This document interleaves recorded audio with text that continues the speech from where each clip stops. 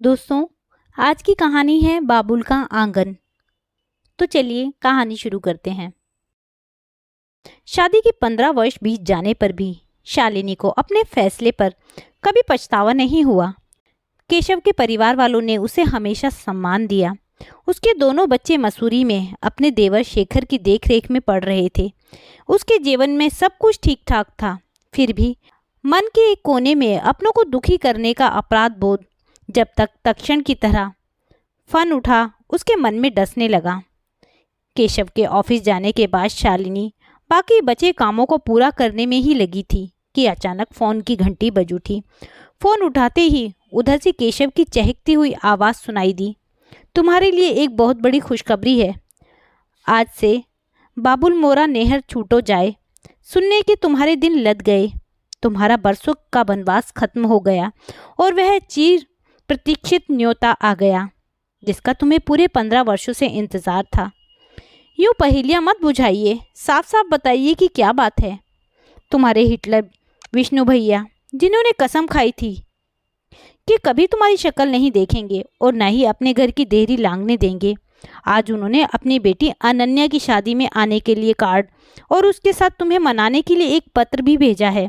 शायद उन्हें फ्लैट का पता मालूम नहीं था, इसलिए मेरे ऑफिस के पते पर यह पत्र आया है। केशव की बातें सुन हतप्रभ शालिनी के आश्चर्य की सीमा न रही। स्त्री के लिए उसका मायका उसके जीवन का एक ऐसा हिस्सा होता है जिसे वह कभी भुला नहीं पाती। आज मायके से संदेशा पा उसका मन चंचल पक्षी बन अतीत की गलियों में विचरने लगा। उसके पापा आशुतोष माथुर की गिनती शहर के जाने माने वकीलों में होती थी। माँ एक सीधी सादी घरेलू महिला थी। भाई बहनों में सबसे बड़े थे विष्णु भैया, उसके बाद शैलदी, फिर सोनाक्षी दी और सबसे छोटी वह खुद थी। चारों भाई बहनों के बीच अटूट प्यार था, लेकिन अनुशासन प्रिय भैया विष्णु भैया से तीनों बहनें जितना प्यार करती थी उतना ही डरती भी थी। फिर भी आड़े वक्त पर हमेशा विष्णु भैया ही काम आते, चाहे पापा के कोप से बचना हो या फिर अपनी पसंद की कोई चीज़ लेनी हो। तीनों बहनें माँ की जगह भैया के पास ही भागी चली जाती थी। इसी तरह अपना सुख दुख आक्रोश और आवेग बांटते दिन गुजरते रहे और वे सब भी बचपन लांघ कर जवानी की देरी पर आ खड़े हुए। पापा ने शैलदी की शादी तय कर दी। शायद कदकाठी और शक्ल सूरत वाले अरविंद जीजाजी रांची विश्वविद्यालय में फिजिक्स पढ़ाते थे। रांची में उनका हवेली नुमा मकान और पद प्रतिष्ठा को देख पापा ने झट से उनके साथ शैलदी की शादी तय कर दी थी। लेकिन शादी के बाद जब भी शैलदी ससुराल में आती, उनकी बड़ी बड़ी आंखों में एक अजीब सी उदासी और मायूसी नजर आती, जिसे वे बेवजह ही हंसी में छुपाती रहती। इसी दौरान एक ट्रेनिंग के सिलसिले में शालिनी को रांची जाना पड़ा। यह सोचकर वह बेहद खुश थी कि शैलदी के साथ ढेर सारी बातें और मस्ती करने का मौका मिलेगा, लेकिन वहां पहुंचकर उसका सारा उत्साह ठंडा पड़ गया। उसे अब जाकर एहसास हुआ कि शैलदी के चेहरे की रौनक और आंखों की चंचलता क्यों गायब हो गई। अरविंद जीजाजी जैसा निरस और क्रोधी व्यक्ति उसने पहले कभी नहीं देखा था। हर समय शैलदी उस चिड़चिड़े आदमी के इशारों पर नाचती रहती, फिर भी उन्हें पत्नी में कोई गुण ही नजर नहीं आता, बस कमियां ही कमियां निकालते रहते। लेकिन शैलदी की सहन शक्ति का जवाब नहीं था, जो चुपचाप सब सुनती रहती। जिस दिन उसे पटना लौटना था, शैलदी उसे बार बार समझाती रही कि मम्मी पापा को कुछ मत बोलना। उनकी बातें सुनकर वह झुंझला पड़ी थी। दी, आपने तो आज्ञाकारी बेटी बनने की हद पार कर दी। आपका यूं घुट घुट कर जीना मेरी आत्मा को कम छलनी नहीं करता। कितना अच्छा होता अगर आप राहुल के लिए अपने हृदय के द्वार खोल देती। चौंकिए मत, क्या मैं नहीं जानती कि आपकी सहेली हेमा का देवर राहुल आप पर जान छिड़कता था। आप भी उसे कम प्यार नहीं करती थी, फिर भी उसे अपने आसपास भी फटकने नहीं दिया। क्या दोष था राहुल का? यही कि वह हमारी जाति का नहीं था। पर आपको इस बात की ज़्यादा चिंता थी कि मम्मी पापा की इज्जत पर कोई आँच ना आए। मैं तो कहती हूँ, अगर आप राहुल के साथ भाग जाती तो कौन सा आसमान टूट पड़ता। कम से कम आप तो चैन से रहती। शैलदी ने बढ़कर झट से अपना हाथ उसके मुख पर रख दिया और उनकी आंखें भर आई थीं। टूटे सपनों का दर्द जैसे उनकी आंखों में पिघल रहा हो। हमेशा से महत्वाकांक्षी रही सोनाक्षी दी की शादी पापा ने काफ़ी ऊंचे खानदान में की थी। प्रतीक जीजाजी शहर के बड़े बिजनेसमैन थे और इकलौती संतान थे। इस रिश्ते से भी सभी लोग बेहद खुश थे। सोनाक्षी दी की सास कलावती भी सुंदर, संस्कारी और पढ़ी लिखी बहू पाकर निहाल थी। लेकिन सोनाक्षी दी ने जब एक के बाद एक दो बेटियों को जन्म दिया तो उनकी सासू माँ का रवैया ही बदल गया, क्योंकि वंश चलाने के लिए उन्हें बेटा चाहिए था। फिर शुरू हुआ एक के बाद एक गर्भपात का सिलसिला। किसी को भी ना उनके जर्जर होते शरीर का ख्याल था, ना ही छलनी होते दिल का। कभी समझौता नहीं करने वाली सोनाक्षी दी की जिंदगी ही समझौता बन गई थी। कई गर्भपात के बाद जब बेटा हुआ तो उसे संभालने की शक्ति उनमें नहीं बची। उनके बेटे को ही उनकी सासू माँ ने संभाल लिया, लेकिन वो खुद एनीमिया के साथ मलेरिया का प्रहार झेल नहीं सकी और अपने नवजात शिशु को छोड़कर पंचतत्व में विलीन हो गई। बहनों के दारुण दुख ने शालिनी का हृदय तार तार कर दिया और उसने शादी न करने का फैसला कर लिया। घर के लोग समझाते रहे पर वह अपनी जिद पर अड़ी रही थी। एमएससी करने के बाद वह रिसर्च में पूरी तरह डूब गई। वहीं उसकी मुलाकात केशव से हुई। निश्चल मन का केशव काफ़ी सुलझा हुआ इंसान था। शालिनी की हर तरह की उलझन को सुलझाते सुलझाते वह खुद उसके प्यार में उलझता चला गया, जिसका आभास शालिनी को भी जल्द ही हो गया। केशव के प्यार और निष्ठा ने शालिनी के शादी न करने के फैसले को यह जानते हुए भी बदल डाला कि केशव विजातीय है। केशव से शादी करने के उसके फैसले की जानकारी होते ही घर में जैसे भूचाल आ गया।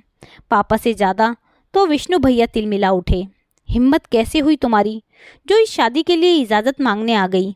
अगर तुमने केशव से शादी करने की बात भी सोची तो तुम्हारी जान ले लूँगा। मजबूर होकर शालिनी और केशव ने कोर्ट में शादी कर ली और उसके साथ ही मायके से उसका रिश्ता हमेशा के लिए ख़त्म हो गया।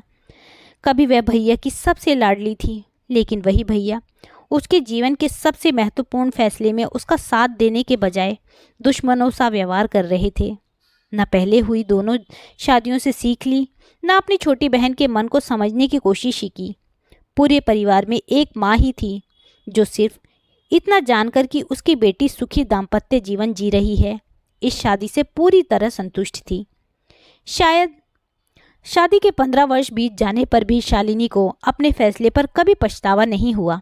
केशव के परिवार वालों ने उसे हमेशा मान सम्मान दिया।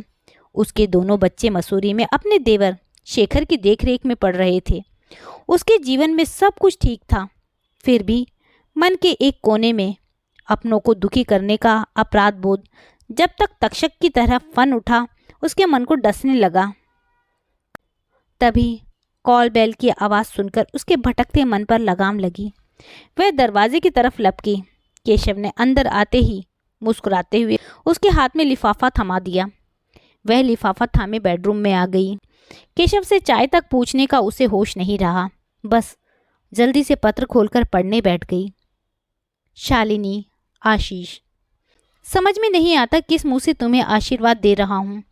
जिस समय तुम्हारे सिर पर आशीर्वाद भरा हाथ रख तुम्हें समाज के कुटिल कटाक्ष से बचाना चाहिए था, उस समय मैं खुद तुम्हारे विरुद्ध विषमन कर अपना चेहरा उज्जवल कर रहा था। मेरे ही कारण तुम अपने ही घर में पराई हो गई, कई अपमान व दर्द झेले। अगर आज तुम मुझे क्षमा ना भी करो तो मैं तुम्हें दोष नहीं दूंगा। माँ ने तो वैसे भी तुम्हें कभी दोष नहीं दिया। माँ के जाने के बाद मैंने पापा की आंखों में भी पल पल तुम्हारा इंतज़ार देखा, फिर भी मम्मी पापा ने अपने बेटे और अपने बुढ़ापे के एकमात्र सहारे का कभी विरोध करने का साहस नहीं किया। कहते हैं जो किसी से नहीं डरता वो अपनी ही संतान से हार जाता है। मम्मी पापा के बाद अपनी ही संतान से हारने की बारी मेरी थी। मेरी बेटी अनन्या ने मुझे लाकर उसी दोराहे पर खड़ा कर दिया जहां लाकर कभी तुमने हम सबको खड़ा किया था। उसने तो साफ साफ यह भी कह दिया कि अगर मैं बदलते समय के साथ नहीं बदलूंगा तो अकेला रह जाऊंगा। कभी बड़ी निष्ठुरता से अपनी बहन का त्याग करने वाला भाई एक पिता के रूप में अपनी बेटी के आगे विवश हो गया। जब उसने मेरी रूढ़िवादी सोच की धज्जियां उड़ा दी, तब मेरी समझ में आया कि मेरे हाथों कितना बड़ा अन्याय हो गया। अब अक्सर ही माँ की कातिर दृष्टि की याद मुझे सहमा जाती है। इस पत्र के साथ अनन्या की शादी का कार्ड भी है। अगर तुम और केशव मुझे माफ़ कर सको तो सारी प्रताड़ना, अपमान और उपेक्षा को भुला अपने पूरे परिवार के साथ अनन्या की शादी में अवश्य आओ। अगर माफ़ ना भी कर सको तो भी पापा की प्रतीक्षा करती आंखों का ख्याल करके ज़रूर आना। तुम्हारे इंतज़ार में, तुम्हारे भैया। शादी के कार्ड पर फ़ोन नंबर लिखा था। शालिनी के हाथ खुद ब खुद नंबर डायल करने लगे। भैया की आवाज़ थी। सुनते ही शालिनी की जुबान जैसे तालू से चिपक गई, लेकिन भैया उसकी चुप्पी से ही ताड़ गए। कौन? क्या शालिनी? हाँ, मुश्किल से एक शब्द निकल पाया। क्या तुमने मुझे माफ़? ये क्या भैया, भाई बहन के बीच माफ़ी जैसे शब्द कहाँ से आ गए? ऐसा बोलकर एक बार फिर आपने मुझे पराया कर दिया। मेरे भैया मुझसे माफ़ी मांगे, यह तो मुझे कभी भी मंजूर नहीं होगा। आप तो हमेशा डांटते हुए ही अच्छे लगते हैं। आज भी आप मुझे डांटकर अधिकार से बुलाइए। देखिए कैसे सिर के बल दौड़ी चली आती हूँ। तभी उधर से भैया की आवाज़ आई। ज़्यादा 3-5 मत कर, जल्दी से जल्दी पहुँच, ढेर सारे काम पड़े हैं। भैया की मीठी डांट सुन आंसुओं के सैलाब के बीच शालिनी हंस पड़ी। तो दोस्तों, यह थी एक छोटी सी कहानी, बाबुल का आंगन। आपको यह कहानी कैसी लगी मुझे कमेंट करके ज़रूर बताइएगा। यदि कहानी अच्छी लगी हो तो कहानी को लाइक कीजिएगा, शेयर कीजिएगा और मेरे चैनल को सब्सक्राइब करना ना भूलिएगा। कहानी सुनने के लिए बहुत बहुत धन्यवाद।